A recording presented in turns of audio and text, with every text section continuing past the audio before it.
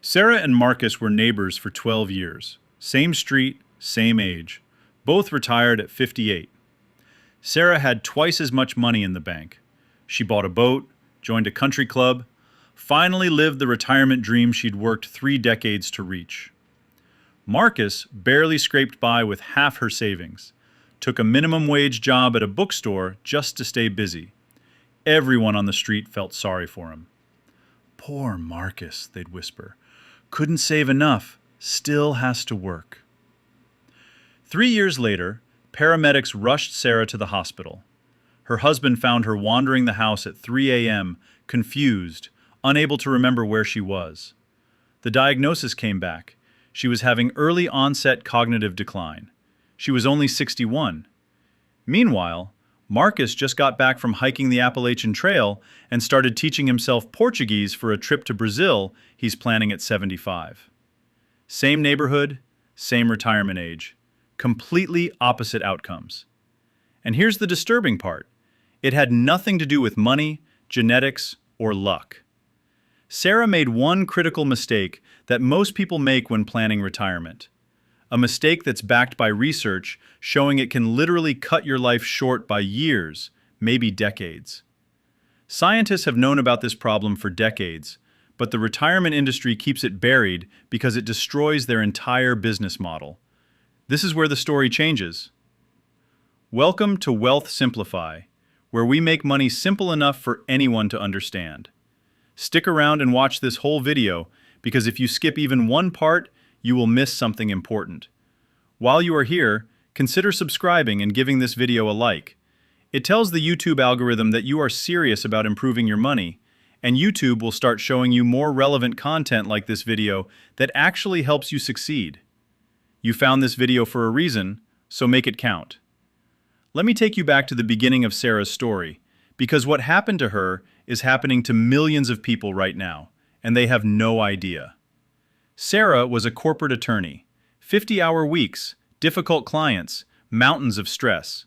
For 29 years, she counted down to one single day. The day she'd never have to set an alarm again. The day she'd be free. She hit her number at 58, did the math, ran the calculations. 4% withdrawal rule, check. Paid off house? Check. Healthcare covered until Medicare? Check. She submitted her resignation with tears of joy in her eyes. The first month was pure bliss.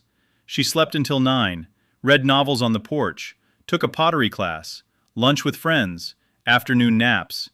This is what freedom feels like, she thought. Month 3, the pottery class ended, and she didn't sign up for another one. Month 5, her friends stopped being available for lunch because they were still working.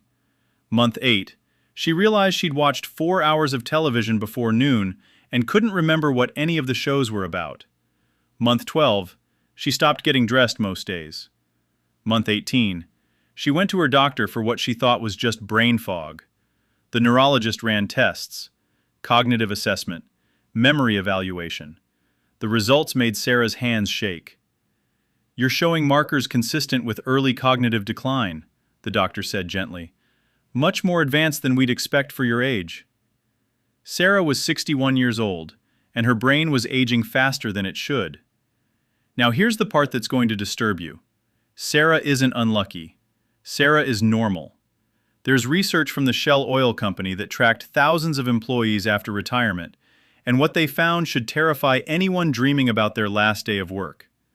Employees who retired at 55 had an 89% higher chance of dying in the next 10 years compared to those who retired at 65.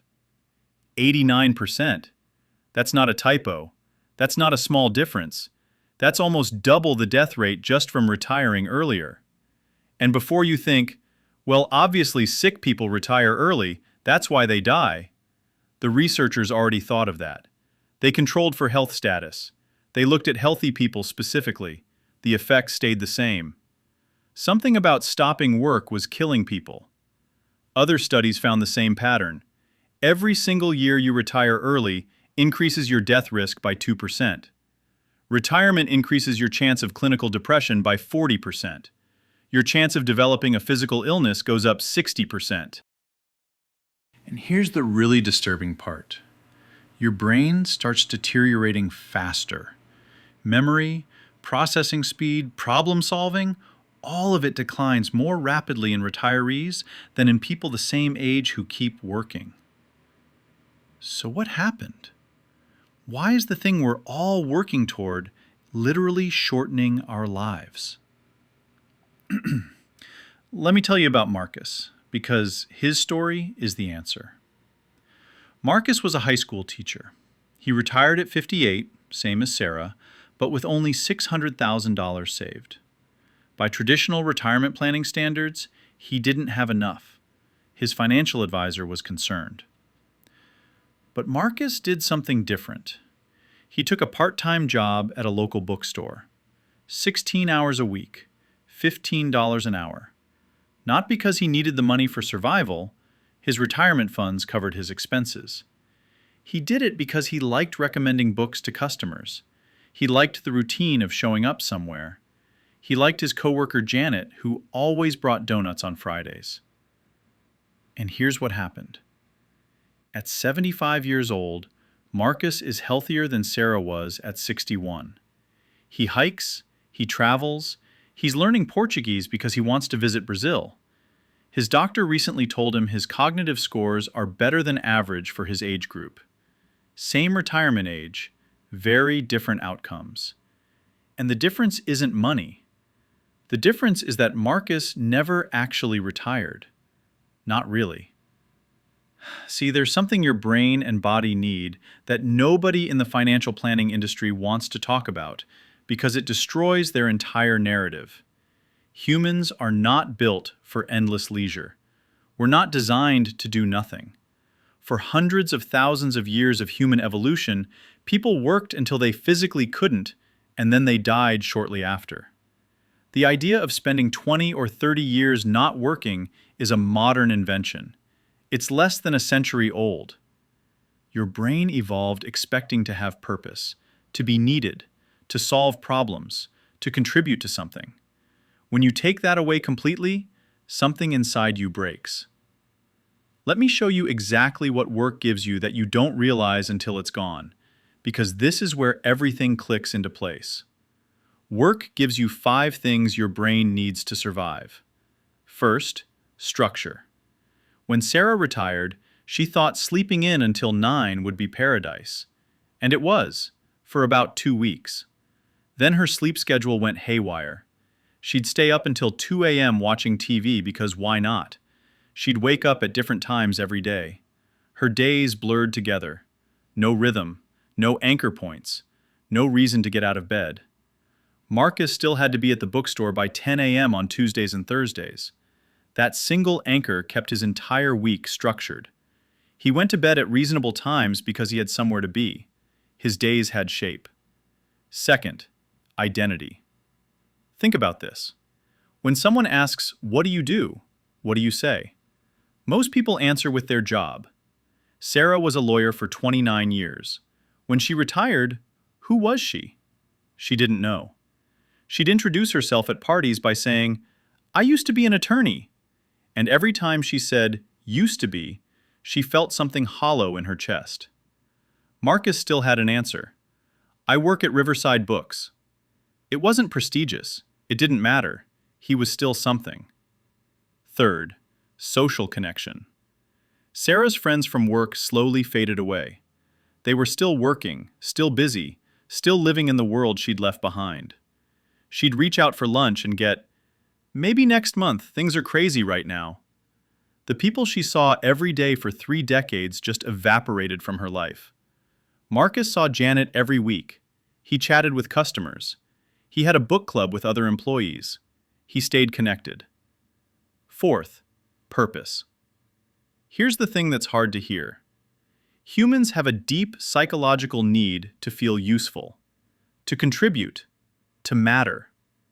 Sarah spent 29 years helping clients, solving problems, creating value. She didn't always love it, but it made her feel like she mattered in the world. When she retired, that feeling disappeared. She'd lie in bed at night and think, "What did I do today that mattered?" And most days, the answer was nothing. Marcus helped a teenager find a book that changed her perspective on college. He recommended a novel to an elderly man who came back the next week to thank him because he hadn't enjoyed reading in years. Small moments, but they added up to feeling like he mattered. Fifth, cognitive challenge. Your brain is like a muscle. Use it or lose it. Sarah's days became predictable. Same routines, same TV shows, same conversations. Nothing new, nothing hard, nothing that made her brain work. Marcus had to learn the bookstore's inventory system, had to remember customer preferences, had to problem solve when the register broke. Small challenges, but constant. His brain stayed engaged.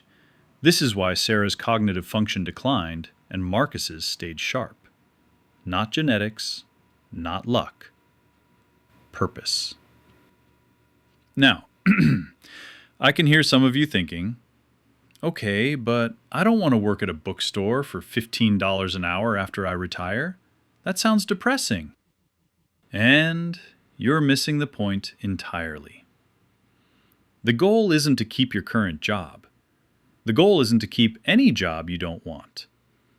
The goal is to understand the difference between two completely different concepts that everyone confuses: retirement and financial independence. Retirement means stopping. It means I don't have to work anymore, so I won't. It means the goal is to do nothing. Financial independence means options. It means I don't have to work for money anymore, so I can work on anything I actually care about. Hear the difference? One is defined by absence. One is defined by choice.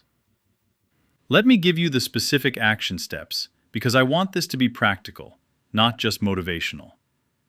Action 1. Start building an identity outside your job title right now. Develop expertise in something unrelated to your career. Become known for something other than what you do for money. Photography, woodworking, volunteering, coaching kids soccer. Anything that gives you an answer to, what do you do, that isn't your job. When Marcus introduced himself at his bookstore, nobody knew or cared that he used to be a teacher. He was Marcus, the guy who knows every book in the store. Action 2. Build social connections outside work deliberately. If all your friends are work friends, you're one retirement party away from isolation. Join clubs now. Maintain friendships now. Invest in community now. These are the relationships that will still exist when you walk out of your office for the last time. Action 3. Create cognitive challenges that aren't work-dependent. Learn an instrument. Study a language. Pick up chess. Keep your brain encountering new, difficult problems, so retirement doesn't mean a sudden cliff in mental stimulation. The people with the slowest cognitive decline in retirement are people who replace work challenges with equally demanding hobbies. Action 4. Answer this question honestly. What would you do if money were no object? What problems do you care about solving? What would you create with unlimited time? If you can't answer these questions, you're in danger. You're planning to walk away from your current purpose without knowing what replaces it. Marcus knew. He'd always loved books and conversations about books. When he hit financial independence, he didn't have to wonder what to do next. He already knew. Sarah didn't know. She thought she'd figure it out. She thought freedom from work meant freedom to be happy. She learned the hard way that freedom from something isn't the same as freedom for something. And here's the truth nobody wants to say out loud. We're not designed for endless vacation. We're designed to contribute. We're designed to matter. We're designed to work on things that make us feel alive. The people who understand that live the longest and die the happiest. Build wealth aggressively. Hit your financial independence number as fast as you can. And then don't stop. Keep working. Just work on things you'd choose even if no one paid you. If this video changed how you think about your financial goals, hit that like button and subscribe because we're just getting started. Your future self is watching. Make them proud. I'll see you in the next one.